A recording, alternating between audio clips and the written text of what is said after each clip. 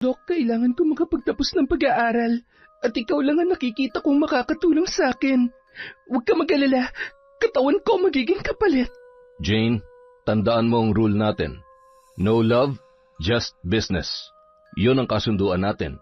At oras na malaman to ng asawa ko, sinisiguro ko sa'yo na tapos tayong dalawa. Akala ko, Lola, hindi ko mamahalin si Dr. Joseph, pero nagkamali ako. Pero lalaban ako, Lola. Hindi ako magpapatalo sa asawa niya kahit anong mangyari. Mga walang hiya kayo, mga traidor, papatayin ko kayo. Tulungan mo ako, Lola. Barangin mo si Ma'am Rosie. Kailangan mawala siya sa landas namin ni Dr. Joseph. Apo, nararamdaman kong bumalik sa akin ang barang na ginawa ko kay Rosie. Napakalakas ng mahika ng albularyong humawak sa kanya. Taon 2018, Maynila. Sa isang malaking ospital sa Maynila, binisita ni Rosie ang kanyang asawang doktor na si Joseph. Naka-assign kasi yon sa emergency room, kaya madalas nakakalimot na yung maghapunan dahil sa napakaraming pasyente na dumadagsa sa ospital. Han, kumain ka muna. Dinalhan kita ng pagkain. Salamat sa pag-aalalahan. Kanina pa talaga ako nagugutom. Doc Joseph, kailangan ka sa emergency room. May bagong dating na pasyente. Asikasuhin nyo na muna. Kakasubo ko lang. Dok, malala po ang lagay niya. Cardiac arrest. Dok, tulungan niyo po ang pasyente. Papa ko po yun, Dok. Ano? Biglang napatayo si Joseph. Paglabas niya ng kwarto ay bumungad sa kanya ang pasyente na hindi na humihinga at wala na ring pulso. Nurse Eric, i-CPR mo ang pasyente. 30-2 ratio. Yes, Doc. Nurse Ed, mukhang hindi na nagre-response ang pasyente. Kunin ang ECG at bigyan siya ng oxygen. Yes, Doc. Eric, ipagpatuloy ang CPR. Yes, Doc. Mukhang wala pa rin pagbabago ah. Defibrillator, 200 joules, first shock. Yes, Doc. Siguraduhin maayos ang pagkakalagay ng mga paddle at huwag hawakan ng pasyente. Clear. Nagbigay ng shock si Joseph. Isang kuryente ang dumaan sa katawan ng lalaki. Ngunit hindi na talaga yun bumalik sa normal. 3 beses na inulit ni Joseph ang pagbibigay ng shock na umabot na sa maximum joules na 360. Ngunit wala pa ring nagbabago sa kondisyon ng pasyente. Hanggang nagtuloy-tuloy na rin ang flatline na lumabas sa monitor. Doc, iligtas niyo po ang papa ko. Jane, bakit nandito ka? Hindi ka pwede dito. Lumabas ka rito. Makalipas ang ilang sandali. Pasensya ka na, Jane. Ginawa na namin ang lahat.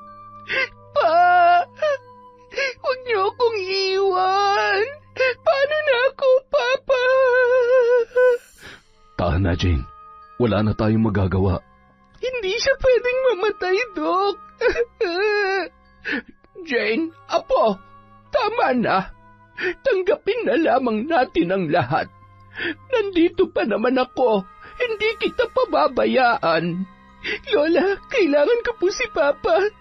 Siya lang ang inaasahan ko. Nauunawaan kita, Apo. Pero wala na tayong magagawa. Nasaksihan ni Rosie ang lahat ng naganap sapagkat tahimik siyang sumunod sa asawang doktor sa emergency room. Labis ang kanyang naramdamang awa sa nursing student na si Jane.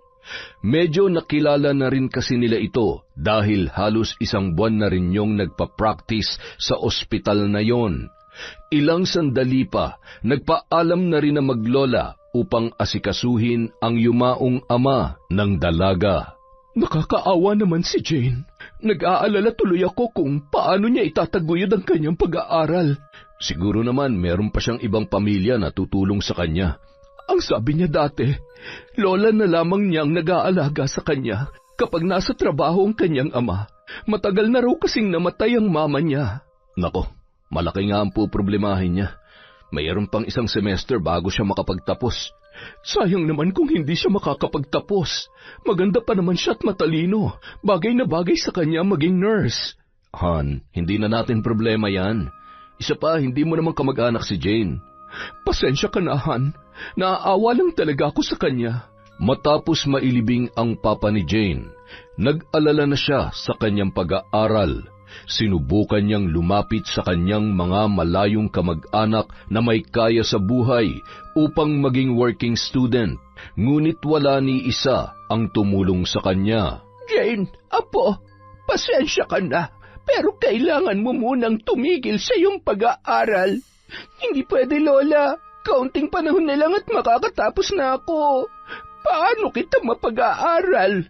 Isa lamang akong hamak na albularyo na umaasa sa mga donasyon at sapat lang sa simpleng pagkain ang aking kinikita sa araw-araw. Gagawa ako ng paraan, Lola. Hindi ako papayag na hindi ako makapagtapos sa kursong nursing. Anong paraan naman ang naiisip mo? Kahit na po ano, Lola, kahit sarili ko isusugal ko, basta matupad ko lang ang pangarap ko. Kinabukasan, kahit salat sa pera, minabuti pa ring pumasok ni Jane sa ospital kung saan siya nagpa-practice. Nang makita niya si Joseph ay nakaisip siya ng paraan kung paano malulutas ang kanyang mga problema. May mga tsismis kasi na mahilig umano ito sa mga estudyante. Sa katunayan, mayroon daw itong pinag-aaral noon na hindi alam ng kanyang asawa. Maya-maya pa, nakita niyang pumasok sa doctor's room si Joseph. Kaya sinundan niya ito at nilak ang pinto. Hi, Doc Joseph. Oh, Jane, kumusta ka na? I'm not feeling well, Doc. I feel so hot. Ha? Bakit? May lagnat ka ba? Ibang init ang nararamdaman ko, Doc. Jane, teka, sandali. Bakit ka naguhubad sa harapan ko? Bakit? Ayaw niyo ba? Hindi lang ako makapaniwala, Jane. Nawawala ka na yata sa katinuan. Hindi, Doc. Alam kong ginagawa ko. Teka, sandali lang.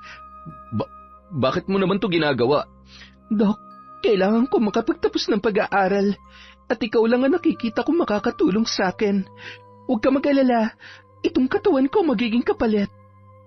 Teka lang, Jane. Parang hindi mo yata pinag-iisipang mabuti ang desisyong ginagawa mo sa buhay mo, ha? Hindi na ako bata, Doc. May sarili na akong desisyon at alam ko rin na gusto mo to. Hindi pwede, Jane. Nangako na ako sa asawa ko na magbabago na ako. Tumayo ang doktor upang lumayo ng bahagya sa dalaga, ngunit porsigido si Jane na mapapayag siya. Lumapit ito sa kanya at hinawakan ang kanyang pisngi, papunta sa matipuno nitong dibdib at pababa sa kanyang puson.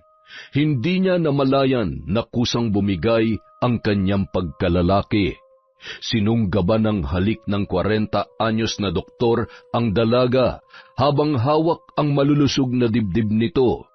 Pareho silang naghahabol ng hininga, ngunit bigla na lang silang napatigil nang may kumatok sa pintuan. Dali-daling inayos ni Jane ang kanyang sarili bago binuksan ang pinto. Dok, may nag-aagaw buhay na pasyente. Nabangga daw ng sasakyan. Okay, Eric. Asikasuhin niyo at susunod ako agad. Yes, Dok. Mauna na po ako. Jane, sumunod ka na ron. Tulungan mo si Eric. Hindi pa tayo tapos, Doc. Unahin mo munang trabaho, Jane. Yes, Doc. Hindi makapaniwala si Joseph na maaakit siya sa dalaga at tila nakaramdam pa siya ng pagkabitin. Kaya naghilamos muna siya ng malamig na tubig upang mahimasmasan bago kumilos. Paglabas niya ng kwarto, bumungad sa kanya ang naghihingalong pasyente. Eric, bigyan mo siya ng oxygen. Opo, Doc. Jane, i-monitor ang kanyang blood pressure at heart rate. Opo, Doc. Malala ang kanyang sugat sa ulo. Kailangan natin siyang stabilize at ihanda para sa CT scan. Yes, Doc. Ako na pong bahala. Kumilos agad ang mga nurse upang i-CT scan ang pasyente. Matapos makita ang resulta, agad na tumawag si Joseph ng neurosurgery team para sa agarang operasyon ng pasyente. Nang matapos ang kanyang tungkulin, agad siyang bumalik sa doctor's room, habang si Jane naman ay kinausap ng kanyang kaibigan na si Eric. Jane, magtapat ka nga sa akin. Bakit ang tagal mo dun sa kwarto ni Doc kanina? Tsaka ang putla-putla mo nung pumasok ako. Ha? Wala naman. Nag-usap lang kami ni Doc. Nagtatanong kasi siya tungkol sa dahilan sa nangyari sa papa ko. Nagtatanong tapos nakalak yung pinto. Lalaki ako, Jane. Alam ko nangyayari kapag ganun. Bahala ka nga dyan kung ano-anong iniisip mo eh. Jane, binalaan na kita dati ha. Huwag kang masyadong didikit yan kay Doc Joseph. Napakatinik yan sa mga babae, lalo na sa mga katulad mong estudyante. Alam ko naman yon. At saka ilang beses mo na bang sinabi sa akin yan? Alam mo naman pala eh. Pero bakit dumidikit-dikit ka pa rin sa kanya?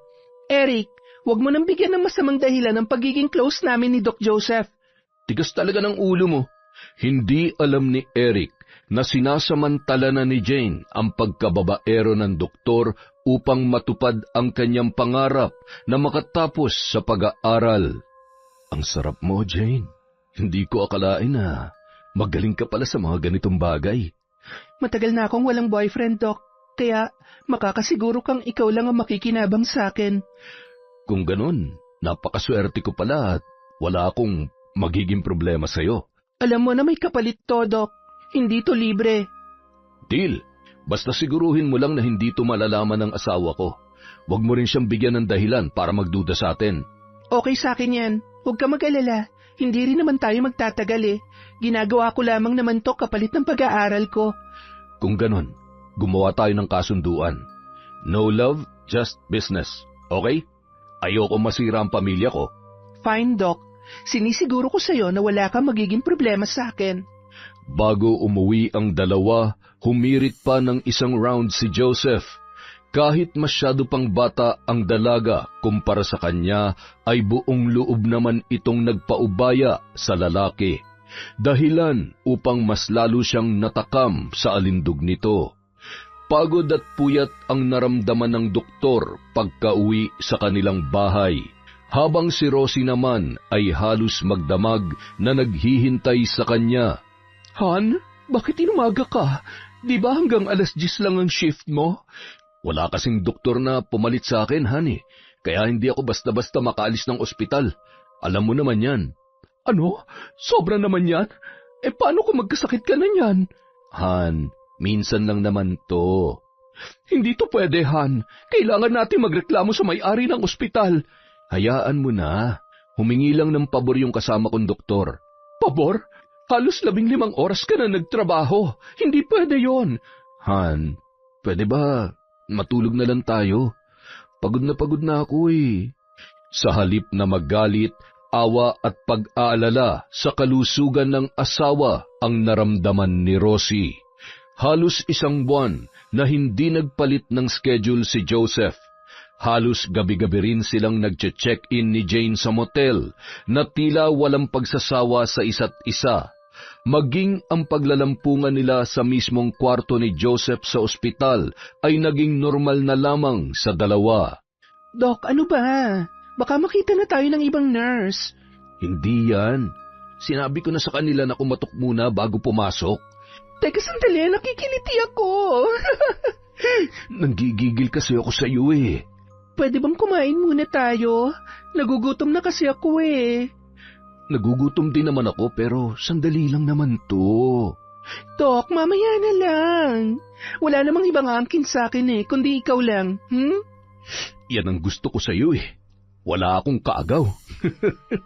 Bakit naman ako maghahanap pa ng iba kung sapat naman ang binibigay mo sa akin? Isa pa, komportable na ako sa iyo, Dok.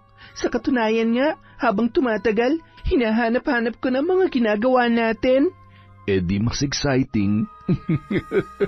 Sige na, kumain na muna tayo. Umiwas ng bahagya si Jane upang ihanda ang kanilang pagkain.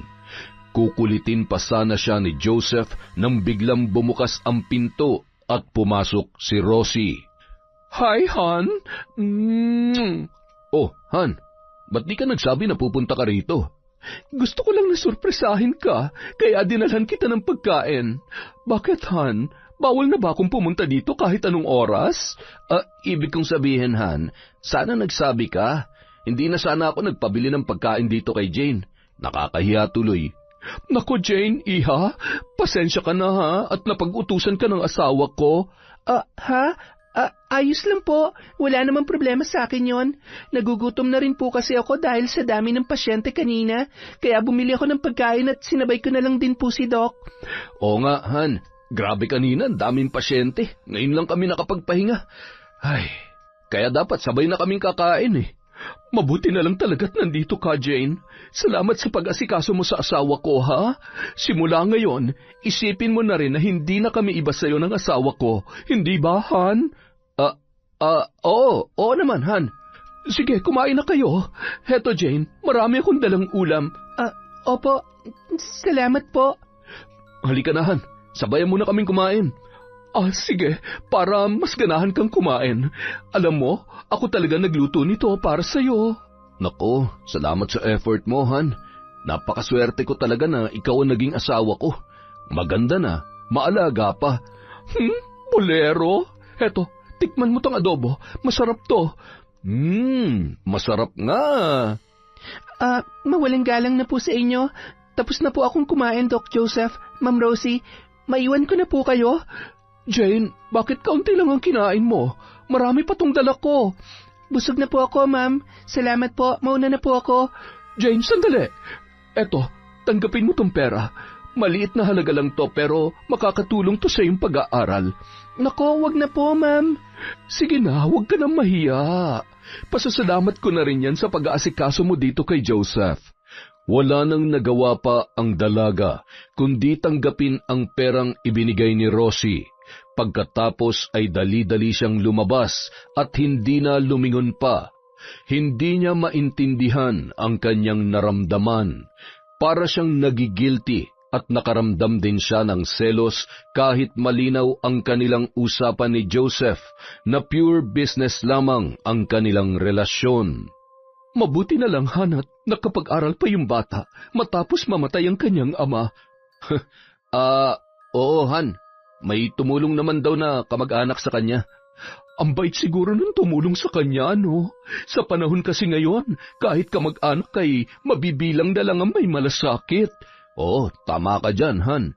Sa palagay mo, Han, sino kaya may mabuting pusong tumutulong sa kanya? Hindi ko rin alam, Han, pero basta kamag-anak niya raw. Tsaka, pwede bang wag na lang yan ang pag-usapan natin? Hindi rin naman natin kilala yung mga kamag-anak niya eh. Okay, kung yan ang gusto mo. Siya nga pala, Han, sinong doktor ang papalit sa'yo mamaya? Baka kasi hindi ka na naman makauwi sa tamang oras. Hindi ko pa alam, Han eh. Basta, nandun lang yung schedule sa bulletin board sa labas. Sana naman sumunod siya sa schedule niya. Dahil kung hindi, baka ako na mismong mag-report sa kanya sa may-ari nitong ospital. Nako, Han, wag. Nakakahiya sa mga kasama kong doktor. Paano naman kung ako ang mangangailangan? Baka hindi rin nila ako pagbigyan. Hindi naman kasi mabuti ang ginagawa nila. Parang nakakasanayan ka na nila eh. Kung gusto mo, kakausapin ko na lang sila na maayos. Han, hindi mo na kailangan gawin yon. Basta mamaya, after ng shift ko, uuwi ako kagad. Ha? Aasahan ko yan, Han, ha? Promise, Han. Pagkalipas ng 1 oras ay umuwi na si Rosie. Samantala, pagkatapos ng shift ni Joseph sa ospital ay hindi pa rin siya umuwi, tulad ng ipinangako niya sa kanyang asawa. Sa halip ay nagsama na naman sila ni Jane sa motel. Muntik na tayong mahuli ni Ma'am Rosie kanina. Pasensya ka na, hindi ko alam na darating siya eh. Hindi kaya nagdududa na siya sa atin? Di yun. Alam kong hindi pa nagdududa si Rosie sa'yo. Kaya sikapin mo lang na maging normal sa harap niya. Siyempre naman, gagawin ko talaga yan. Hindi ako papayag na masira ang diskarte ko. Basta maging mabait ka lang sa kanya. Wala tayong magiging problema. Hindi ko akalain na ganun ka-inosente ang asawa mo. Kaya pala napakadali lang niyang lokohin. Huwag na natin yung pag-usapan. Halika nga dito. Dok, ano ba? Dahan-dahan naman. Kanina pa kasi ako nang gigigil sa iyo eh. Alam mo, habang tumatagal, lalo lang akong nababaliw sa iyo, Jane. Sige lang, Dok. Pagsawaan mo ko hanggang gusto mo. Wala kang kasing sarap, Jane. Talaga? Kung ganon, mas masarap ako kaysa sa asawa mo? Tinatanong pa ba yan? Siyempre naman. Napangiti naman si Jane dahil sa kanyang narinig. Tila sabik na sabik sila sa isa't isa na parabang hindi nagkita ng ilang araw. Naging mas mapusok na tila apoy na nagliliyab ang kanilang mga katawan. Pagkatapos ng kanilang ginawa, sabay silang napagod at sabay na rin natulog na parehong walang saplot. 5:00 na ng umaga nang mapabalikwas ng bangon si Joseph. Dali-dali niyang hinatid si Jane sa kanilang bahay tulad ng kanilang nakasanayan. Magandang umaga po, Lola. Mano po? Apo, napapadalas ng paghatid sa iyo ng doktor na yun, ah. Umamin ka nga. Meron ba kayong relasyon? Lola, wala po. Wala? Anong tawag mo sa inyo? Hinatid niya lang po ako, Lola. Magkasabay kasi ang oras namin paglabas ng ospital. Inuumaga kayo, Jane. Tapos naglalampungan pa kayo sa loob ng kotse. Kahit matanda na ako, naaaninag ko pa rin kayo, kaya huwag kang magsisinungaling sa akin. Oo na, Lola. Aaminin ko, may relasyon kami ni Doc Joseph. Ay nako, Diyos ko kang bata ka. May asawa ang doktor na yon. Paano kung mahuli ka? Lola, huwag kayong mag-alala. Kapag nakatapos na ako ng nursing, tapos na rin po kami. Yan ba ang naisip mong paraan ng pag-angat sa buhay? Bakit, Lola? May alam ka pa po bang ibang paraan para masustentuhan ang pag-aaral ko? Wala naman, diba? Pero, Apo, gusto kong makatapos, Lola, kaya hayaan niyo na ako. Pagpasensyahan mo na ang lola mo. Kung mahirap lamang ako, wala akong magawa upang maibigay ang lahat ng pangangailangan mo. Kaya nga suportahan niyo na lamang ako sa diskarte ko, Lola. Pero Apo, masyado ka pang bata para sa mga bagay na yan. Natatakot ako na baka masaktan ka lamang. Paano ako masasaktan, Lola? Utak ang ginagamit ko, hindi puso. Kaya sinisiguro ko na hindi po yan mangyayari. Nag-aalala lamang ako para sa'yo, Apo. Iniwan na ni Jane ang kanyang lola at dumiretso na sa kanyang kwarto. Samantala, pagka-uwi naman ni Joseph sa kanilang bahay ay agad siyang pinagbuksan ng gate ng kanilang driver na si Wantoy. Dok, si Ma'am Rosie parang sinaniba ng masamang espiritu. Ano bang pinagsasasabi mo dyan, Wantoy? Oo nga, Dok. Kanina pa yan. Paikot-ikot sa terrace. Minsan naglakad parot pa rito. Parang zombie na nga po si Mami. Tigilan mo nga ako, Wantoy. Bahala kayo, Dok. Baka mamaya mangagat na yan. Ayan na siya, Dok. Bahala na kayo dyan. Saan ka galing, Joseph? Han, ano yung sinasabi ni Wantoy na... Sumagot ka! Saan ka galing? Siyempre sa ospital. Saan pa ba ako manggagaling? Sinungaling. Si Dr. Martin ang pumalit sa'yo kanina, hindi ba? Tinawagan ko siya pagkatapos ng shift mo. Ang sabi niya sa akin, nakaalis ka na. Kanina pa ako tawag ng tawag sa'yo pero hindi mo ako sinasagot. Pasensya ka na, Han. Nakamute kasi tong cellphone ko eh. Pag upo sa kotse, sumanda lang ako saglit pero hindi ko na malayan, nakatulog na pala ako sa sobrang pagod. Paggising ko, nagulat na nga lang ako dahil 4:00 na pala. Kaya nagkape na lang muna ako bago umuwi. Niloloko mo ba ako? Pumunta kami ni Wantoy doon, pero wala ang kotse mo. Kasi Han, doon ako sa labas ng coffee shop nakapark. Magkakape nga sana ako paglabas ko ng ospital, kaso nga, pagdating ko doon, bigla na lamang ako nakatulog sa kotse. Sana lang hindi ka nagsisinungaling sa akin, Joseph. Kung gusto mo, sumama ka sa akin bukas sa ospital kung nagdududa ka. Oo, sasama talaga ako. Hindi mo ako masisisi dahil minsan ka nang nagloko noon. Rosie, matagal na yun. Nangako na ako na hindi na yun mauulit. Magtiwala ka naman sa akin. Nadala naman si Rosie sa pagpapalusot ng kanyang asawa, ngunit hindi mawala-wala sa kanyang isipan ang pagdududa na baka nagloloko yun. Simula noon, nakapagdesisyon na si Rosie na gabi-gabi niyang bibisitahin ang kanyang asawa sa ospital, dahilan kaya hindi na sabay kumakain sina Jane at Joseph. Doon na nagsimulang makaramdam si Jane ng selos sa asawa ng doktor. Jane, ano ba nangyayari sa'yo at kanina ka pa nakasimangot dyan? Wala, Eric. Masama lang ang pakiramdam ko. Baka naman masama lang ang mood mo dahil gabi-gabi nang nandyan ang asawa ni Doc Joseph. Ano bang pinagsasasabi mo dyan? Huwag ka nang magmaang-maangan. Alam ko na may relasyon kayo. At saan mo naman nakuha ang chismis na yan? Hindi mo ba alam na pinag-uusapan na kayo dito sa buong ospital? Sayang ka kung sa may asawa ka lamang papatol. Shh! Itiko mo nga yung bibing mo. Paparating na siya. Sino ang pumatol sa may asawa? Ha? Wala po, ma'am. Yung pinanood naming movie dito sa cellphone. Ganun ba? Akala ko kasi may alam kayong hindi ko nalalaman. Wala naman po, ma'am. Eric, Jane, pwede ba akong makisuyo sa inyo? Ano po yun, ma'am? Pakibantayan naman ang asawa ko. Wala ba kayong napapansin na meron siyang babae? Paano nyo naman po nasabi yan, ma'am? Nung mga nakaraan kasi, madalas ay inuumaga na siya ng pag-uwi, kaya nagdududa ako na baka mayroon siyang ibang babae. Nako, ma'am, pasensya ka na pero wala po akong napapansin. Ikaw, Jane, baka may alam ka. Huwag kayo matakot. Hindi niya naman malalaman na kayo magsusumbong sa akin. Wala rin po akong alam, Ma'am Rosie. Malaman ko lamang na may babae siya. Malilintikan talaga sila sa akin.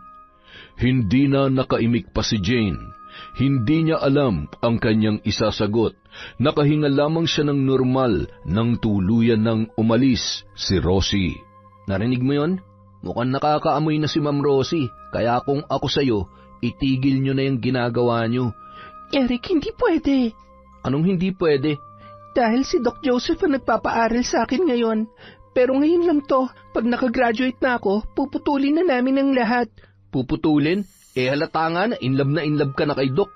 Basta yun lang ang sinasabi ko sa kanya. Hanggang matapos ko lang ang pag-aaral ko. Nako, delikado ka dyan, Chong. Oras na mahuli kayo ni Ma'am Rosie. Pero nandito na ako. Wala na akong magagawa. Tatapusin ko to.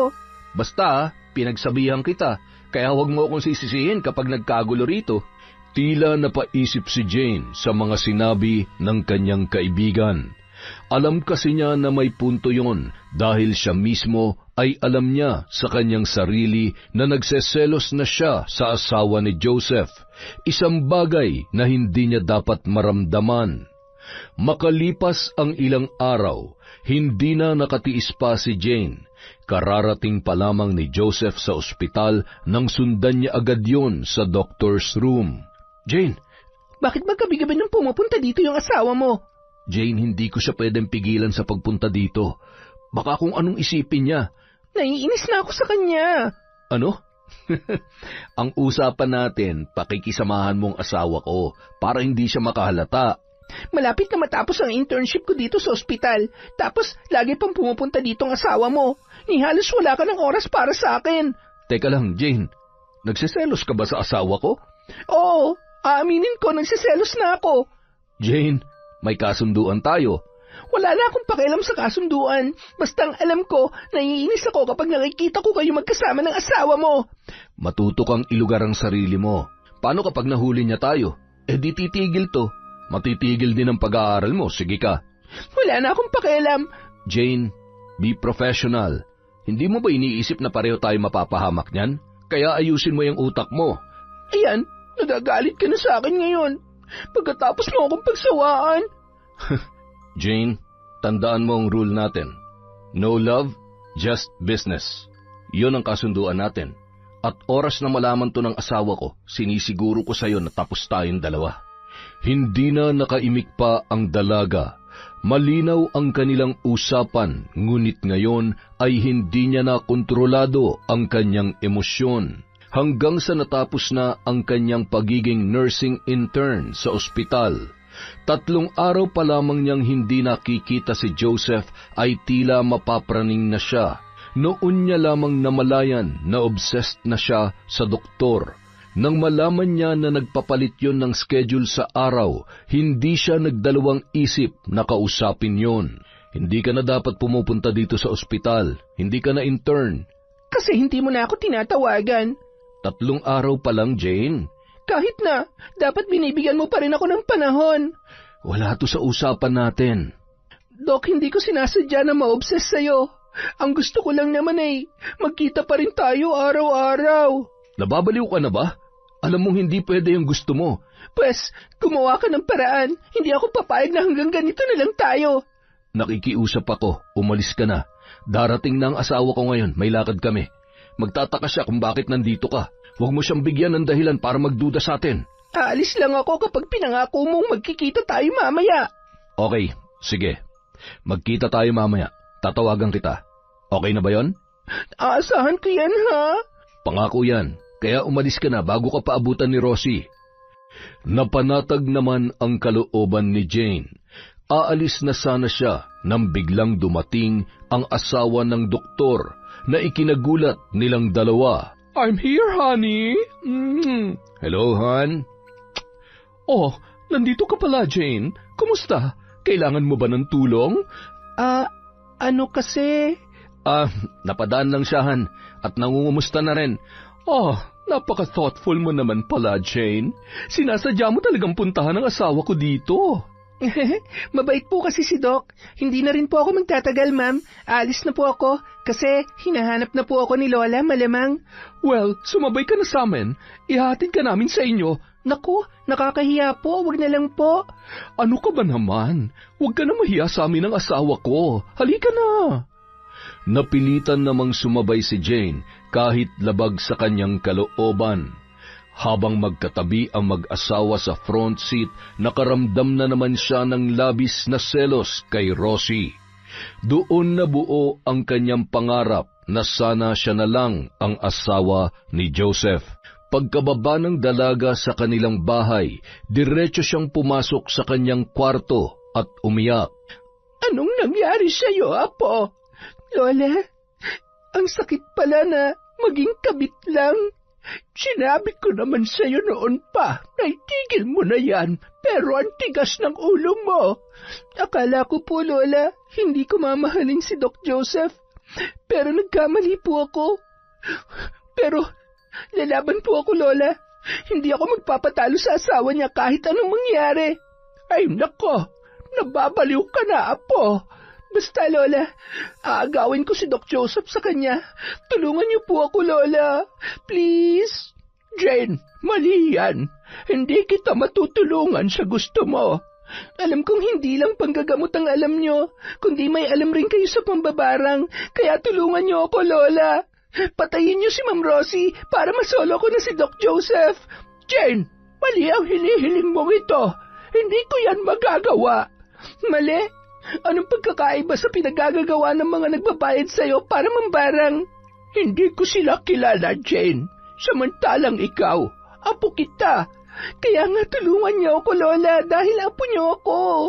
Kung hindi niyo ako tutulungan, ako ang gagawa ng paraan para makuha si Doc Joseph. Kinagabihan, hinintay ni Jane ang tawag ni Joseph ayon sa pangako nito. Tumupad naman ang doktor sa usapan, kaya walang kasing saya ang kanyang naramdaman nang muling makasiping ang doktor.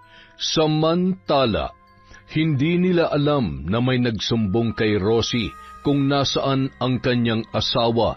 Nagkunwari siyang nag-check-in sa motel kasama si Wantoy upang makapasok, hanggang sa matagpuan nila ang kotse ng doktor. Samahan mo ako, Wantoy. Magtanong tayo kung saang kwarto naka-check-in si Joseph. Ma'am, baka naman magalit sa akin si Doc. Kanino ka ba kumakampi? Sa akin o kay Joseph? Siyempre, sa inyo, ma'am. Kaya lang, si Doc kasi ang nagpapasweldo sa akin. Medyo gipit po ako ngayon, ma'am. Kung ayaw mo kong samahan, pues ako na lang. Sandali, ma'am. Sasama na ako. Bahala na. Tara na po, ma'am. Atak! Kahit kailan talaga puro kakalokohan. Habang patuloy sa paglalaro ng apoy ang dalawa, bigla na lang silang napatigil nang may kumatok ng malakas sa kanilang pintuan. Nagsuot ng shorts si Joseph at binuksan ng bahagya ang pinto sa pag-aakalang staff lamang yon ng motel.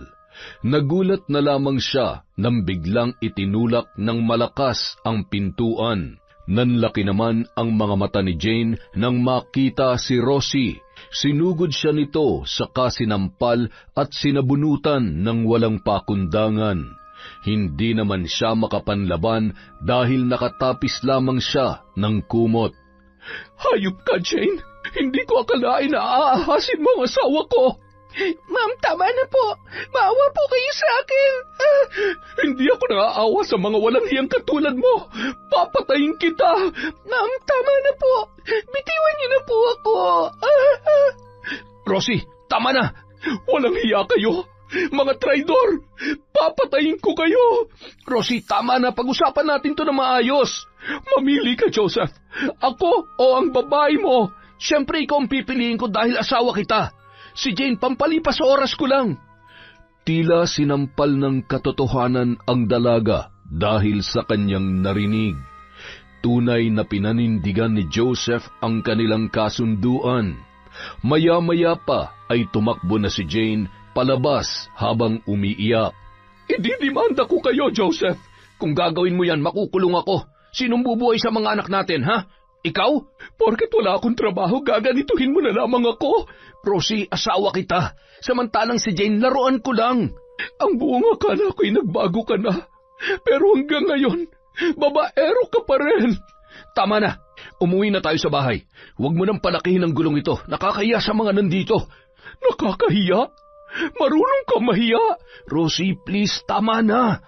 Nang makauwi sila sa bahay, agad naman nag-empake si Rosie ng mga gamit para lumayas. Ngunit mahigpit siyang pinigilan ng kanyang asawa. Napaluhod pa si Joseph sa harapan ni Rosie at sa kanyang mga anak. Habang umiiyak ang dalawang bata ay yumakap sa kanila ang ama, dahilan upang maantig ang puso ng kanilang ina. Han, huwag ka nang umalis. Maawa ka sa mga anak natin. Kailangan nila ang buong pamilya. Sana naisip mo yan bago ka naglolo ko. Han, asawa kita at ikaw ang mahal ko. Kaya please, huwag mong gawin to. Patawarin mo na ako. Makikipaghiwalay na ako sa iyo, Joseph. Isasama kong mga anak ko. Han, please, nangangako ako na hindi na to mauulit. Sinabi mo na yun sa akin noon, pero ngayon inulit-ulit mo na naman. Bigyan mo ako ng last chance. Please, hindi ako mabubuhay nang wala kayo. Magbabago na ako, pangako yan. Ma'am, wag po nating iwan si Daddy. Ayaw ko po siyang iwan. Han, kahit para na lang sa mga anak natin. Mommy, Daddy, wag na po kayo mag-away. Para sa mga bata, bibigyan kita ng huling pagkakataon, Joseph. Kapag naulit pa ito, hindi mo na kami makikita ng mga anak mo. Salamat, Han. Salamat. Pangako, hindi na ito mauulit. Puputulin ko ng ugnayan namin ni Jane. Samantala, nakarating naman kay Concha ang nangyari sa motel dahil sa isang kakilala. Labis-labis na awa ang kanyang naramdaman para sa kanyang apo. Lalo pat nakikita niyang nagmumukmuk na lang ito sa kwarto at halos hindi na kumakain.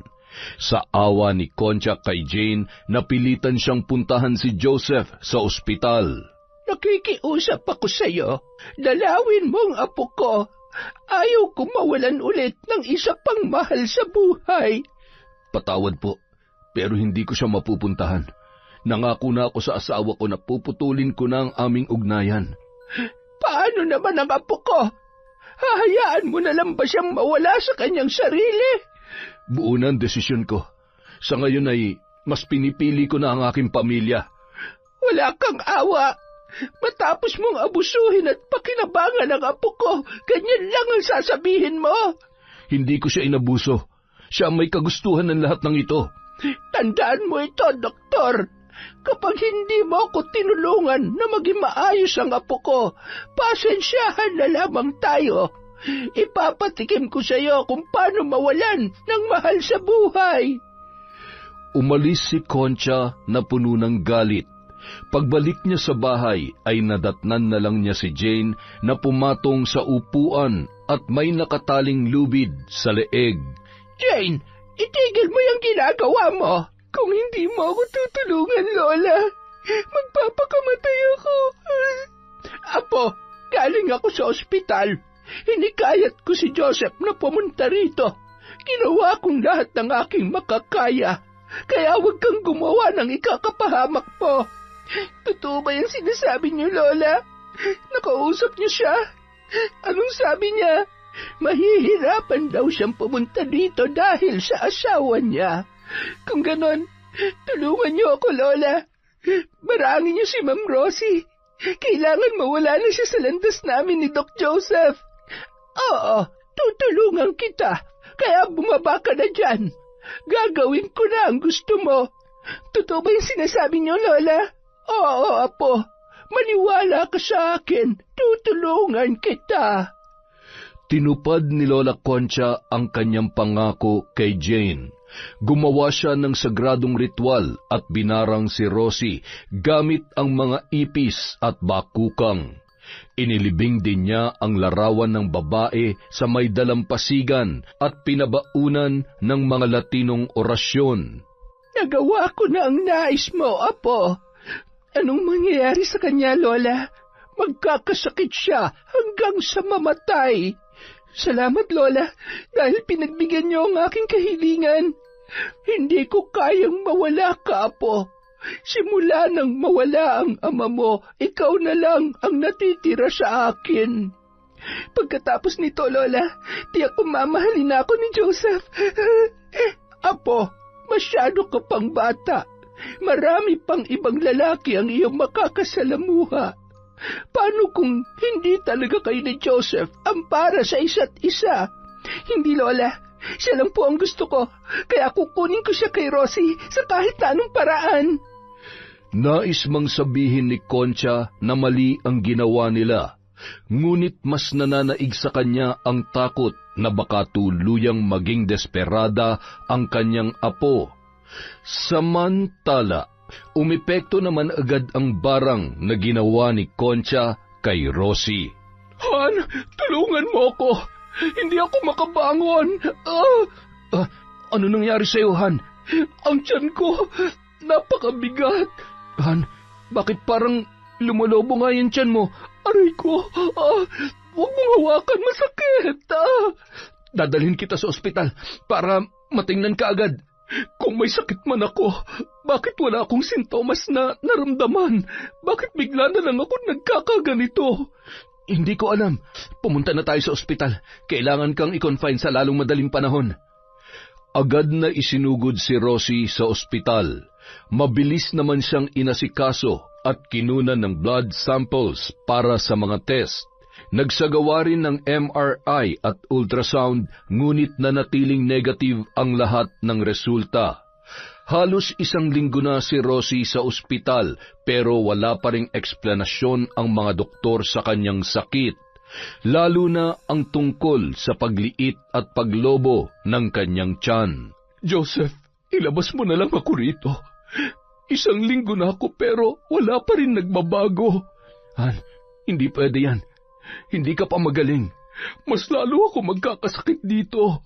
Wala rin namang findings kung ano nga ang sakit ko. Han, naguguluhan kami sa sakit mo. Ngayon lang kami naka-encounter ng ganitong sakit. Maging ang paglobo at pagliit ng tiyan mo ay hindi namin maipaliwanag. Kaya nga, iuwi mo na lamang ako sa bahay. Mas mabuti pa ron, makakasama ko mga anak ko. Nalilito na ako, Han. Kailangan kong hingin ng desisyon ng mga magulang mo bago kita iuwi sa bahay. Sige, Han. Tawagan mo sina Mama at Papa. Ayaw ko na dito sa ospital. Mas lalo akong nahihirapan. Patawarin mo ako, Han. Hindi kita mapagaling. Napakawalang kwenta kong doktor. Han, huwag mong sisihin ang sarili mo dahil ginawa mo naman ang lahat. Dahil sa pagpupumilit ni Rosie, napilitan si Joseph na iuwi ang kanyang asawa. Nag-hire na lang siya ng private nurse para mag-alaga doon. Samantala, nakarating naman kay Jane ang nangyayari sa asawa ni Joseph. Lola, kailan po mamamatay ang asawa ni Joseph? Naiinip na ako. Apo, pag-isipan mo munang mabuti ang gusto mong mangyari. Hindi na ako makapaghintay, Lola. Kailangan ko na makasama si Joseph. Relax ka lamang, Apo.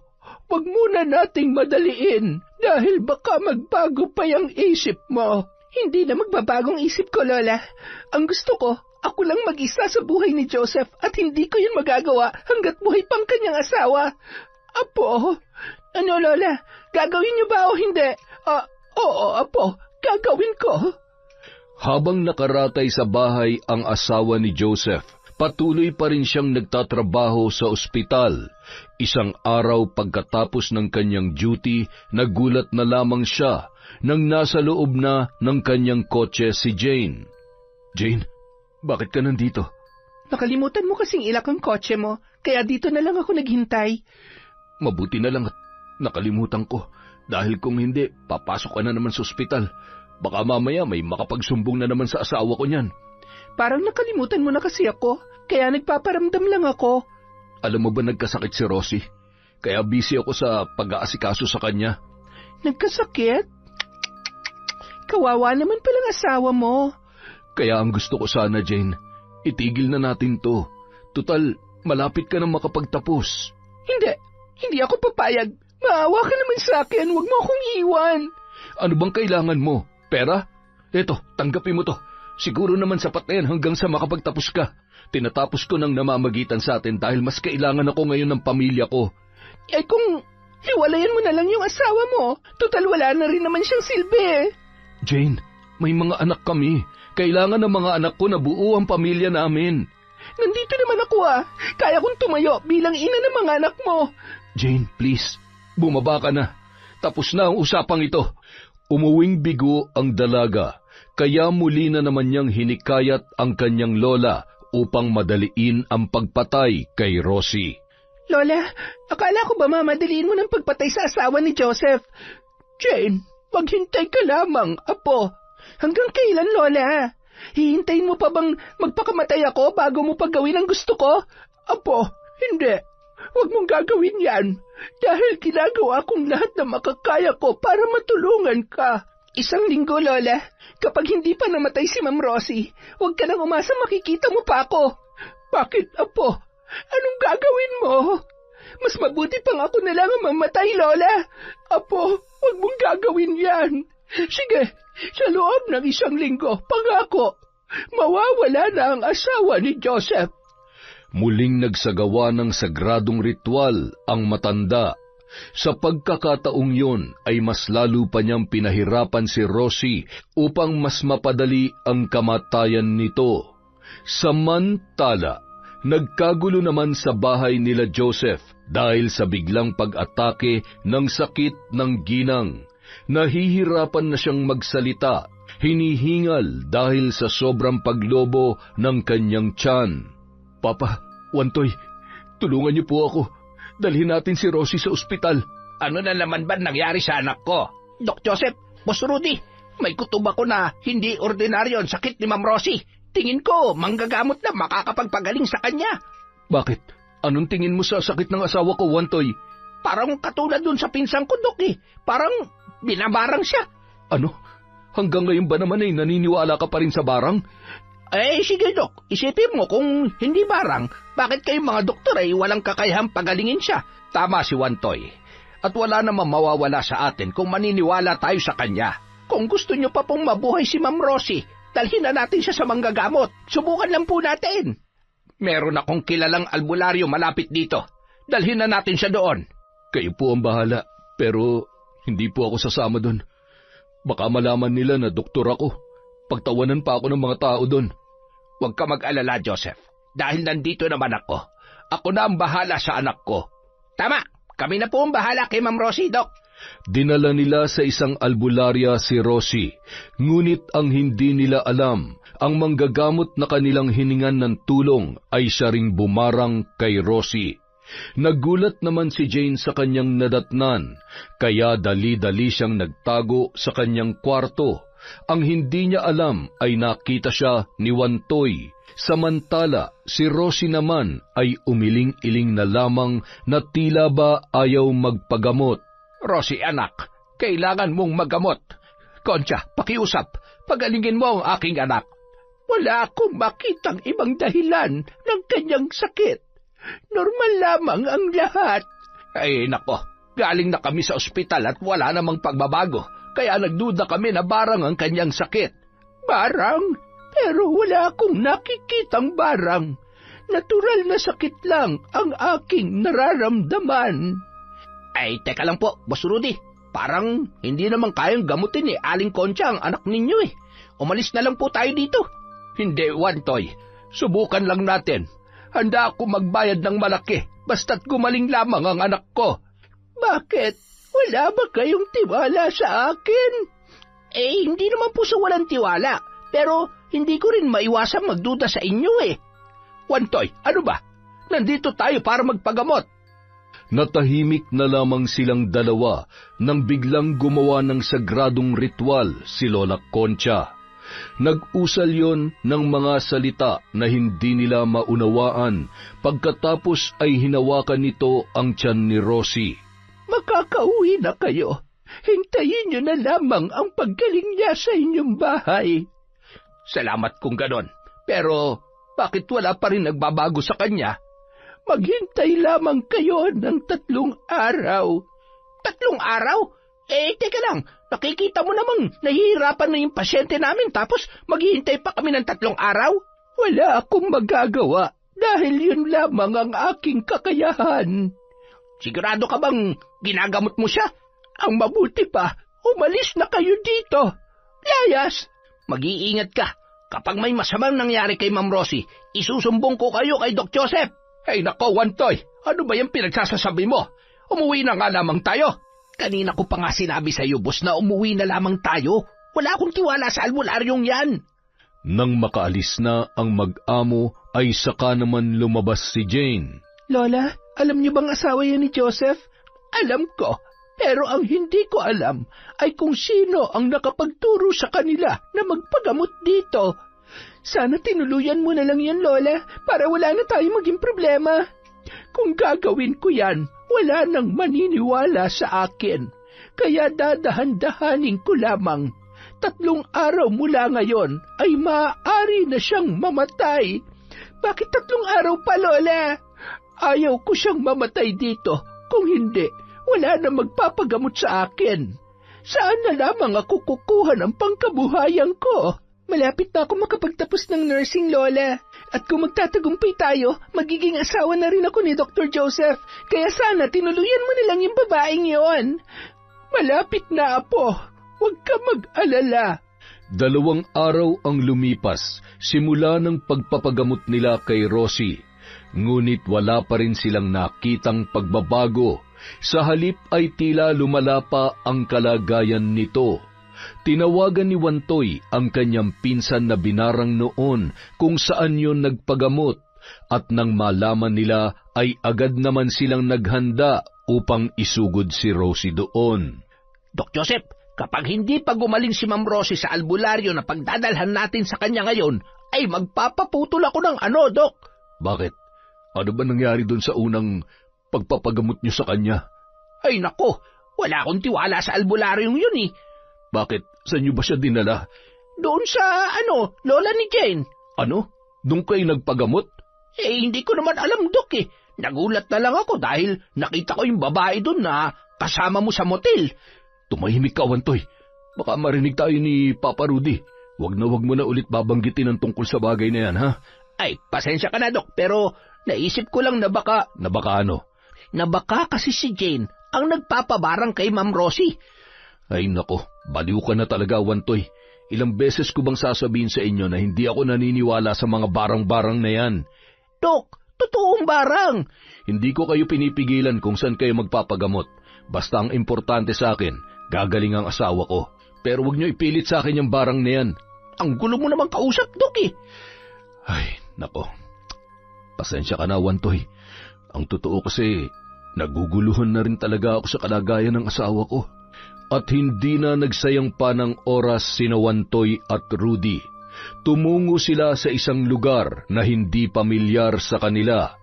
Nagtanong-tanong hanggang sa matuntun nila ang bahay ng naturang albularyo. Pagbaba nila ng kotse, agad naman natuon ang atensyon ng mga tao sa kanila. Agad silang pinapasok sa bahay pagamutan na may iba't ibang disenyo na hindi nila maintindihan. Napailing naman ang matandang albularyo nang makita ang pasyente. Tata Pablo, tulungan niyo po sana ang anak ko. Hindi ordinaryo ang sakit ng iyong anak. Barang yan. Pinahihirapan siya hanggang sa mamatay. Kung gayon ay tama nga po ang hinala namin. Binara nga ang anak ko. Huwag kang mag-alala. Madali lamang para sa akin na pagalingin ito. Mabuti na lang at nadala niyo siya dito agad dahil may taning na ang buhay niya. Ma'am Pablo, gawin niyo po ang lahat. Kayo na lamang ang aming pag-asa ngayon. Nagsindi ng itim na kandila ang albularyo. Hinawakan ang tiyan ng ginang. Umusal ng mga hindi maunawaang salita. Pagkatapos ay nagsusuka si Rosie ng napakaraming tubig na may kasamang ipis at bakukang. Insekto? Bakit sumuka ng insekto ang anak ko? Ngayon lamang po ako nakakita ng ganyan, boss. Nakakatakot pala. Yan ang insektong ginamit ng mambabarang upang pinsalain ang kanyang katawan. At yung tubig sa kanyang tiyan, maaaring inilibing sa dagat ang kanyang litrato. At kapag tataas o huhupa ang tubig ng dagat, ay ganoon din ang mangyayari sa kanyang tiyan. Napakawalang hiya naman ang gumawa nito sa kanya. Ma'am Pablo, sino ang gumawa nito sa anak ko? Ano ang kanilang dahilan? Anak, kumusta na ang pakiramdam mo?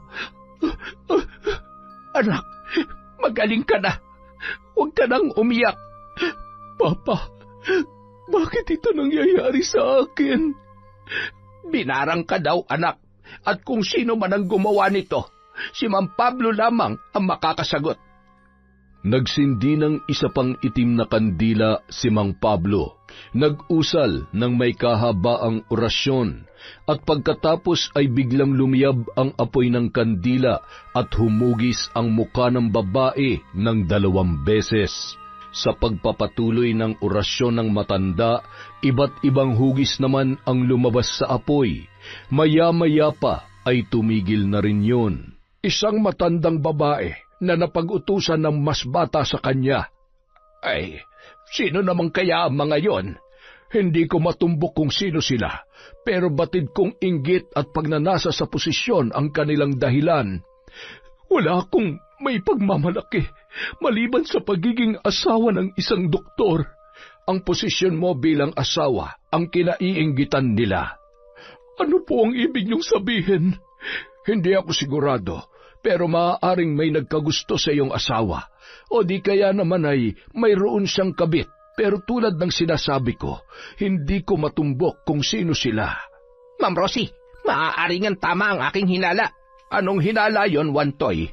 Yung una manggagamot na pinuntahan natin, nakita ko dun si Jane, kaya nagduda ako na yung lola niya ang siyang bumarang sa inyo. Kaya imbis na gumaling ka, mas lalo pang lumala ang sakit ninyo.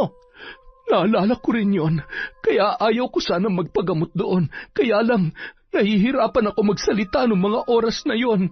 Wantoy, bakit hindi mo agad sinabi sa akin nang malintikan sa akin yung mga walang hiyang yon? Kayo naman kasi, hindi naman kayo nagtatanong. Ayaw nyo pa maniwala sa akin. Ay nakuloko ka talaga. Paano ako magtatanong wala nga akong kaalam-alam sa mga nangyayari. Hindi ko naman alam na may babaeng nagkakagusto kay Joseph. Pa, walang kasalanan si Wantoy. At kung totoo man na sila ang gumawa nito sa akin, hindi pa rin sila makakaligtas sa mata ng Diyos. Kung sino man yung pinaghihinalaan ninyo, mag-ingat kayo sa kanila dahil maaaring sumiklab ang kanilang galit sa sandaling malaman nila na gumaling ka na. Paano po kung balikan nila ako? Magbibigay ako ng panangga. Huwag mo itong hubarin kahit anong mangyari dahil maaari kanilang patayin sa isang iglap lamang. Napakahalang naman ng kanilang bituka kung papatay sila ng tao dahil lamang sa inggit. Huwag mong maliitin ang inggit dahil kadalasan ito ang nag-uudyok sa tao para pumatay. Tama, kaya ako nag-iingat po ako parati. Sino naman ang naiinggit sa'yo, Wantoy? Ay, wala ba? Sige, hindi na lang po ako mag-iingat. Nakakatuwa ka talaga, Wantoy. Ay, Ma'am Pablo, salamat sa paggamot mo sa anak ko. Walang anuman. At kung sakaling magkakaroon pa ulit kayo ng problema, bumalik lamang kayo dito sa akin. Huwag lamang pera, ha? Ito naman si Ma'am Pablo ay nakuha pa magpatawa. Sige po, maraming salamat po. Aalis na kami dahil malayo pa ang aming lalakbayin. Sige, mag-iingat po kayo. Pag-uwi nila sa bahay, nagulat na lamang si Joseph dahil sa biglang paggaling ng kanyang asawa. Han, salamat naman at magaling ka na.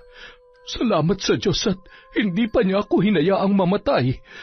Ibig sabihin, totoo ang barang na sinasabi ni Wantoy? Tama ka. At alam mo ba kung sino ang aming suspect na gumawa sa akin nito? Ang lola ni Jane, dahil sa utos niya. Naku, hindi kayo pwedeng basta na lamang mambintang. Hindi papanigan ng batas sa mga haka-haka lamang. At sino naman na nagsabi sa iyo na magdidemanda ako? Han, pasensya ka na. Sadya magkaiba lang ang ating paniniwala. Magtapat ka nga sa akin, Joseph. Hanggang ngayon ba ay patuloy pa rin ang relasyon ninyo ni Jane? Han, wala na talaga. Pinutol ko ng lahat sa amin tulad ng pinangako ko sa iyo. Kung ganon, tama ang sinabi ng albularyo. Galit na galit siya sa akin. Nais ka pa rin niyang agawin sa akin, Joseph. Hindi mangyayari yun, Han. Nangako na ako na magbabago na ako. Makalipas ang ilang araw, nabalitaan naman ni Jane na gumaling na si Rosie, kaya agad siyang nagsumbong sa kanyang lola Concha. Lola, bakit gumaling ang asawa ni Doc? Akala ko ba mamamatay na siya? Paaaring lumapit sila sa isang manggagamot, kaya nawala ang barang sa kanyang katawan. Paano na yan, Lola? Hindi ko na matutupad ang mga plano ko. Sabi ko naman sa inyo, patayin niyo na agad siya. Ginawa ko na, kaya lamang ay maswerte siya at nakalapit siya sa magaling na albularyo. Ano nang gagawin natin, Lola? Maaaring ngayon ay mahihirapan na tayo na barangin siyang muli. Hindi pwede. Hindi ako papayag na gumaling siya. Gumawa ka ng paraan, Lola. O kaya, turuan mo na lang ako para ako na lang ang gagawa. Hindi pwede, Apo. Bakit hindi pwede? Dahil hindi madali ang pagiging mambabarang. Kailangan mong malakas na depensa upang hindi ka mabalikan. Pues, ituro mo sa akin lahat ng inyong nalalaman. Hindi, Apo. Hindi ako papayag na may masamang mangyari sa'yo. Kung ayaw niyo, Lola, kayo ang gumawa ng paraan. Huwag ka mag-alala. May kakayahan akong kontrahin ang iba't ibang panangga. Mamayang gabi, susubukan ko yon. Gawin niyong lahat, Lola. Hindi ako makakapayag na matalo sa laban na to. Oo, Apo. Gagawin ko ang lahat ng aking makakaya para lamang sa'yo. Kinagabihan, muling nagsagawa ng sagradong ritual si Lola Concha. Sinubukan niyang barangin si Rosie, ngunit nahirapan siya dahil sa lakas ng depensa nito. Patawad, Apo. Hindi ko kayang talunin ang kanyang panangga. Napakalakas na manggagamot na nagpagaling sa kanya. Wala na bang ibang paraan, Lola? Subukan niyo. Baka mayroon pa kayong magawa. Huwag ka mag-alala. Hindi ko siya titigilan. May oras din na tatanggalin niya ang kanyang depensa. At sa mga sandaling yon, makakapasok muli ang barang sa kanyang katawan. Maghihintay pa pala ako ng matagal? Dahil wala na tayong magagawa, hindi ko mawasak ang kanyang depensa. Naiinip na ako, Lola. Apo, maghintay ka lang. Dahil oras na makapasok ang barang sa katawan ni Rosie, sisiguraduhin ko sa iyo na hindi na siya magtatagal. Makalipas ang ilang linggo, kumpiyansa na si Rosie sa kanyang kalusugan. Muli nang bumalik ang malusog niyang pangangatawan. Isang araw, nakatakda siyang puntahan si Joseph sa ospital. Dali-dali siyang naligo at hindi niya namalayan na natanggal ang kanyang panangga. Pagdating sa naturang ospital ay bigla na lang siyang nahilo at natumba, kaya naman nagkagulo ang mga nurse. Doc Joseph, si Ma'am Rosie nasa emergency room. Ano nangyari sa kanya? Hindi ko po alam, Doc. Basta bigla na lang siyang natumba eh. Dali-dali namang tumakbo ang lalaki upang maasikaso ang kanyang asawa. Pagdating doon ay nakita niyang putlang-putla si Rosie. Nurse, i-monitor ang vital signs. Yes, Doc. Han, ano nangyari sa'yo? Bigla na lang ako nahilo, Han. Hindi pa makakabuti sa iyong lumakad mag-isa, kaya huwag mo na ulit tong gagawin, okay? Excuse me, Doc. Lalagyan ko lang ng dextrose si Ma'am. Pagkatapos, kukunan ko lang siya ng mga sample para sa mga test. Sige, Eric. Pagkatapos ay ipahanda ang kanyang kwarto. Yes, Doc. Nandito na pala si Wantoy at Papa Rudyhan. Ipapalipat na kita sa private room. Rosie, anak, kumusta na ang pakiramdam mo? Parang pagod na pagod ang katawan ko. Ma'am Rosie, hindi kaya binalikan ka ng barang? Imposibleng matablan siya ng barang. Sa tingin ko ay malakas ang kanyang depensa. Nawala ko yata ang aking panangga na binigay ng albularyo. Hindi ko na malayan na natanggal yon. Yun na nga bang sinasabi ko eh. Maya-maya pa, dinala na nila si Rosie sa private room. Ngunit ilang sandali lamang ay bigla na lang itong kinapos sa paghinga. Tulungan niyo ako. Hindi ako makahinga. Anak, ano nangyari? Wantoy, tawagin mo si Joseph. Bilis! Opo, boss. Patakbong pinuntahan ni Wantoy si Joseph. Dali-dali namang tumugon ang doktor. Nilagyan ng oxygen si Rosie, kaya naman naagapan yon. Ilang sandali pa, lumabas na ang resulta ng mga test. Ngunit katulad ng dati ay normal lamang ang lahat. Dok Joseph, kailangan nating ibalik si Ma'am Rosie dun sa albularyo. Wantoy, hindi ko siya pwedeng palabasin ng ospital sa ganitong sitwasyon. Masisira ang reputasyon ko bilang doktor. At ano ang gusto mo? Ang mamatay ang anak ko dito? Anong gamot ang ipapainom mo sa kanya? Natahimik naman si Joseph sa sinabi ng kanyang biyanan. Kahit doktor siya, wala siyang makitang sakit ng kanyang asawa. Nalilito po ako. Magdesisyon ka, Joseph. Ang masira ang reputasyon mo o mamatay ang asawa mo? Sige pa, pumapayag na ako. Nalilito na rin ako kung anong sakit ng asawa ko eh. Ay, salamat Joseph. Binabarang nga siya. Dali-daling dinala ni Wantoy at Rudy si Rosie pabalik sa albularyo. Ngunit nananatili pa rin itong naka-oxygen. Sa pagkakataong yun ay sumama na si Joseph. Nasa kalagitnaan pa lamang sila ng biyahe nang inatake si Rosie. Kahit may oxygen ay nahihirapan pa rin siyang huminga. Wantoy, bilisan mong pagmamaneho. Baka hindi na makaabot si Rosie doon. Ibalik na lang natin siya sa ospital. Kailangan niyang dalhin sa ICU. Hindi, Joseph. Kailangan natin siya madala sa albularyo dahil alam na natin na hindi siya gagaling sa ospital. Pero hindi ko kaya makita ang asawa ko na naghihingalo. Wala man lang ako magawa. Ama niya ako, Joseph. Kung nahihirapan ka, mas nahihirapan ako. Huwag na kayo magtalo. Mabuti pa'y magdasal kayo para mailigtas si Ma'am Rosie. Halos paliparin na ni Wantoy ang sasakyan. Nang makarating sila sa bahay ng albularyo, ay napakunot naman ang noo ng matanda nang makita si Rosie. Ma'am Pablo, tulungan niyo po ang anak ko. Gaano ba kalakas ang mambabarang na yan at kaya niyang kontrahin ang ginawa kong panangga? Ma'am Pablo, ang totoo po niyan, nawala niya ang inyong binigay na panangga. Sinabi ko naman sa inyo na huwag niyong tanggalin yun eh. Hindi po namin sinasadya na mawala yon. Agad na nagsagawa ng ritual ang matandang albularyo. Nagsindi ng kandilang itim at nag-usal ng mga Latinong dasal.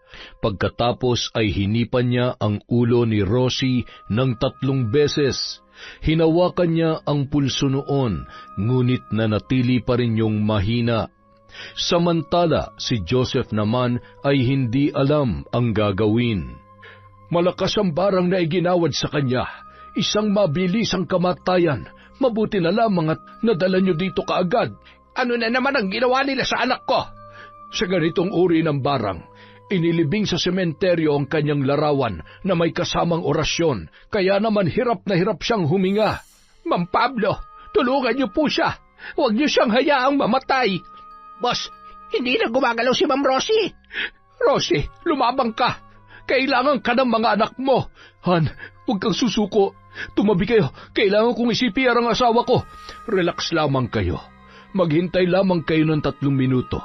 Mapapaalis ko rin ang barang sa kanyang katawan. Paano kung tuluyang mamatay ang asawa ko? Alam kong isa kang doktor, pero sa pagkakataong ito, hindi mo magagamit ang iyong abilidad para mailigtas ang asawa mo. Hindi na nakaimik pa si Joseph. Maya-maya ay naggulat na lang siya nang biglang gumalaw ang kanyang asawa. Ngunit nananatili pa rin yung mahina, kaya patuloy pa rin itong ginagamot ng albularyo. Napakalakas talaga ng barang. Habang hinahawakan ko siya, ramdam ko kung paano siya pinahihirapan. May paraan ba para matigil na ang ginagawa nila sa anak ko? Meron, kapag ibinalik natin sa mambabarang ang ginagawa niya kay Rosie. Ang sakit ni Rosie ay mapupunta sa kanya. Parang sinabi mo na rin na papatayin natin ang nambarang sa kanya. Boss, hindi naman siya nangingialam ako pero ang totoo niyan, mangingialam talaga ako. Kung ako sa inyo, mabuti pa ibalik nyo na sa kanyang barang para maranasan naman niya ang ginagawa niya kay Ma'am Rosie. Kung sa bagay, tama ka dyan, Wantoy. Hindi ako makakapayag na papatayin niya ang anak ko. Joseph, ano sa tingin mo? Kayo na po ang bahala magdesisyon. Kayo po ang mas higit na nakakaalam sa mga bagay na yan.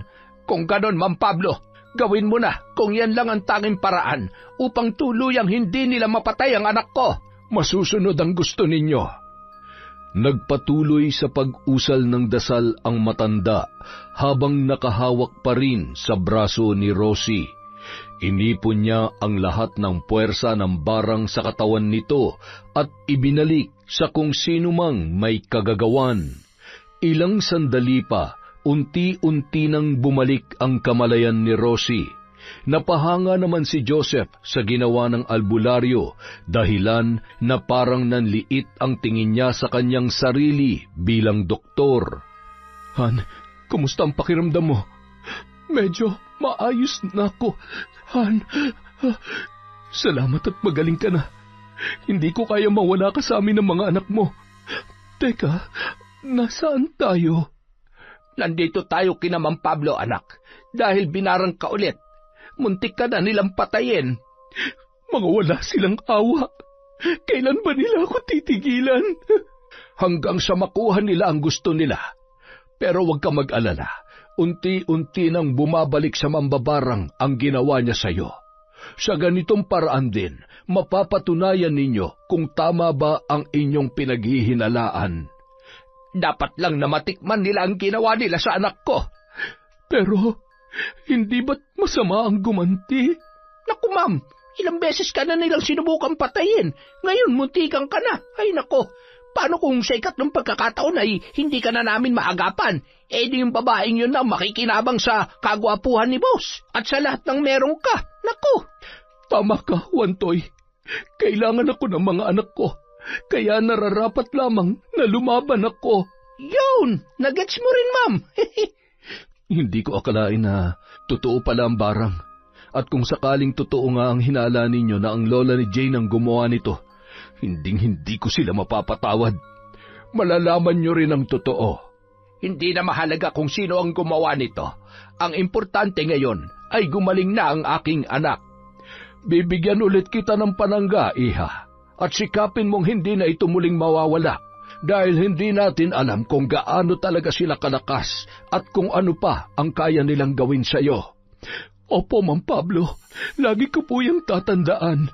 Sige, makakauwi na kayo bago pa kayo gabihin.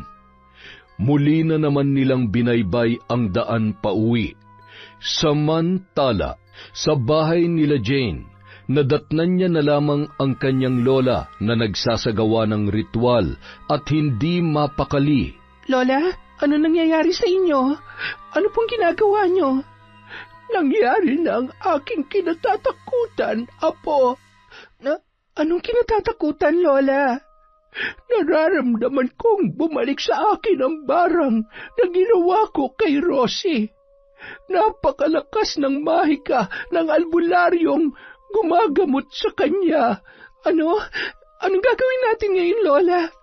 Kanina ko pa sinusubukang kontrahin ang kanyang mahika, ngunit napakalakas niya. Pakiramdam ko ay unti-unti na akong nangihina. Lola, lumaban ka. Hindi ka pwedeng magpatalo sa kanya. Suko na ako, Apo. Hindi ko na kaya. Ilang sandali pa, bigla na lamang naghabol hininga si Lola Concha, dahilan upang mataranta ang kanyang apo. Lola, Ano nangyayari sa inyo? Mamamatay na yata ako. Apo, hindi pwede, Lola. Ikaw na lang ang meron ako, kaya hindi ka pwedeng mamatay. Hindi ko na kayang lumaban, Apo. Napakalakas ng kanyang kapangyarihan. Lola, dadalhin kita sa ospital. Hindi ko matatanggap na may masamang mangyari sa inyo. Huwag na, Apo. Hindi rin ako mapapagaling ng mga doktor. Hindi nakinig si Jane sa kanyang lola. Tumawag siya ng rescue at ilang sandali pa ay may dumating na ambulansya. Mabilis na isinugod si Lola Concha sa ospital na agad namang inasikaso ng naka-duty na doktor na si Dr. Martin kasama ang kanyang mga nurse. Doc Martin, tulungan niyo po ang lola ko. Maawa kayo sa kanya. Sige, kami na bahala sa lola mo. Gagawin namin ang lahat ng makakaya namin. Lola, lumaban ka. Huwag mo akong iiwan, Lola. Jane, kumalma ka lang. Nurse Eric, lagyan ng oxygen ng pasyente at i-monitor ang kanyang vital signs. Yes, Doc. Okay, mukhang naagapan na ang kanyang paghinga. Ipagpatuloy lang ang pagmamonitor. Yes, Doc. Walang tigil ang pag-asikaso sa lola ni Jane. Medyo matagal din ang paghihirap nito bago niya ito nakausap ulit. Apo, ilabas mo na ako rito. At saan ko naman kayo dadalhin, Lola? Walang magagawa ang ospital hanggat hindi ako nilulubayan ng albularyo nila Rosie. Mamamatay din ako katulad ng gusto nating mangyari sa kanya. Lola, hindi ka pwedeng mamatay. Kung kailangan akong humingi ng tawad kay Ma'am Rosie, gagawin ko, mabuhay ka lang. Hindi ko alam kung magagawa pa nila tayong patawarin. Hayaan mo na ako, Apo. Panahon na para pagbayaran ko ang lahat ng aking mga kasalanan. Patawad, Lola. Ako ang dahilan kung bakit ka nagkaganyan. Kung hindi kita pinilit na barangin siya, hindi sana mangyayari to. Handa akong gawin ang lahat para sa iyo, Apo. Kahit na itaya ko pa ang buhay ko. Hindi, Lola. Hindi kayo pwedeng mamatay. Jane, Apo ko, isa lang ang hihilingin ko sa iyo. Kalimutan mo na si Joseph. Hindi siya ang lalaking nakalaan para sa iyo. Oo, Lola. Gagawin ko ang gusto niyo, kaya lumaban kayo. Malapit na ako magtapos ng nursing la, at ikaw ang gusto kong sumama sa akin sa entablado. Naramdaman ni Jane ang mahigpit na pagkakahawak ni Lola Concha sa kanyang kamay. Magsasalita pa sana ito nang muli na naman itong inatake ng barang. Nahihirapan na yung huminga kaya nag-request ang doktor na ipasok siya sa ICU. Lola! Lumaban ka, Lola! Jane, hindi ka pwedeng pumasok sa ICU. Kami nang bahala sa lola mo. Eric, tulungan mo si Lola, please! Habang nasa loob ng ICU si Lola Concha, labis naman na pagsisisi ang naramdaman ni Jane. Hindi niya akalain na babalik sa kanila ang karma ng pambabarang na ginawa nila kay Rosie. Ilang sandali pa, bumukas ang pinto at lumabas si Dr. Martin. Dok, kumusta po ang lola ko? Dok, sumagot kayo. Pasensya ka na, Jane. Ginawa namin na lahat. Anong ibig niyo sabihin, Dok? Wala na ang lola mo, Jane. Hindi maaaring mamatay ang lola ko. Siya na lang ang pamilya meron ako. I'm sorry, Jane. Lola! Jane, tahan na. Alam ko mag-isa ka na lang ngayon. Pero nandito ako. Tutulungan kita. Salamat sa pinapakita mong kabutihan, Eric. Nagsisisi ako kung bakit hindi ako nakinig sa iyong mga payo noon. Kaibigan kita, Jane. Kaya dadamayan kita. Huwag ka mag-alala. Ha? Samantala, mabilis naman na nakarating kina Joseph at Rosie ang balita. Doon na rin nabuo sa kanilang isipan na ang lola nga ni Jane ang nambarang kay Rosie. Hindi ko akalain na kaya ni Jane gumawa ng mga bagay na ikakapahamak ng iba. Ngayon naniniwala na ako, Han, na totoo pala ang barang. Maging ako, Han, hindi ko ito mapapatunayan kung hindi ito nangyari sa atin. Patawarin mo ko. Muntik ka nang mamatay dahil sa kagagawang ko.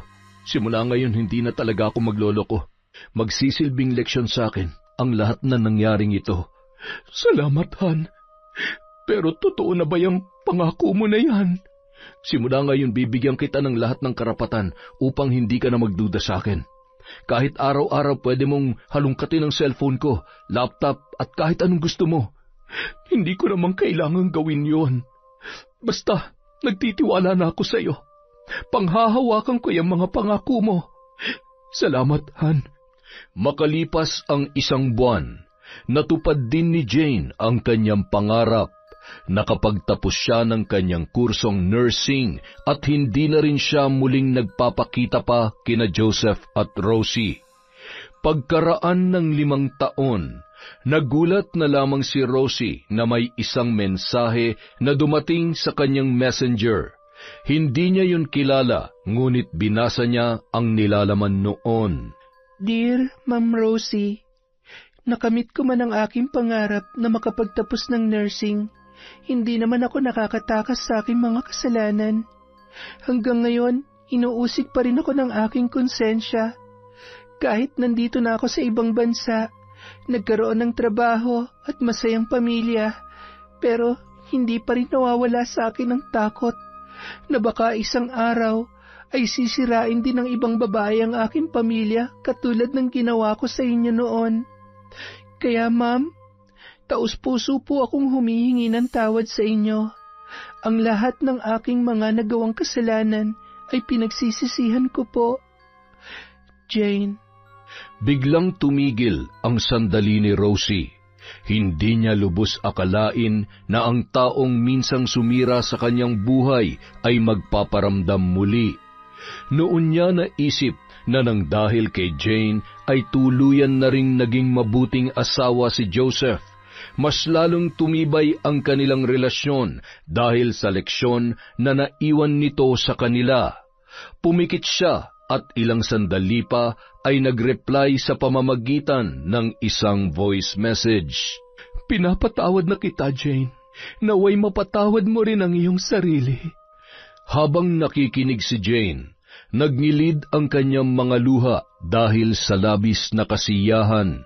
Tila may nabunot na tinik sa kanyang puso at nakalaya na sa bangungot ng nakaraan. Maging si Rosie ay hindi rin maipaliwanag ang kanyang nararamdaman. Isa lamang ang kanyang alam, magaan na ang kanyang pakiramdam. Yon! Ang pagpapatawad po ay mahalaga, guys. Gawin po natin yang araw-araw, kaya ang mga bakla sa kwentong enteng ay patawarin nyo na. Dahil dyan, meron tayong shoutout. Hello po kay Heli Borja na matampuhin. Hello po din kay Beth Mercado, kay Finky Rusi 14, kay Naneth Carson, kay Vivian Gatchalian, kay MJ Rivera. Hello po kay Marites Bryce, kay Delia Alion, Shauma TV. Hello din po kay Donna Clarito, kay Flordesita Cabe, kay Vicky Yabut, kay Rika Tataan, Cristel Yabut. Hello din po kay Gila Therese Nicole Santiago. Shout out kay Glessy Don, kay Selena Libona. Hi kay Alfreda Alano, kay Margie Banosong, kay Medelina Nasyanseno. Hi din po kay Helen Flores, Sanaling Family at Marilo Guevara. Hi kay May Espiritu, kay Ay Bisaya from Butuan City. Hi po sa Sobremonte, SPK Family, from Jessica Sobremonte, kay Arnel Castro from Hong Kong. Hello din po kay Mercy Aninyon, kay Manny Maniego, kay Hazel Badua, kay Jennifer Uwano. Hi po kay Inday from Bahrain, Hello kay Billy Ray, Jenny May, Ray Buendia from Lucy Buendia. Shout out din po kay Rosalina Bugayong, kay Edison Gonzales, kay Miss Maura, kay Resel Galope. Happy birthday sa Monday po, November 3. Sakto. Hello din po kay Hayashi Megan.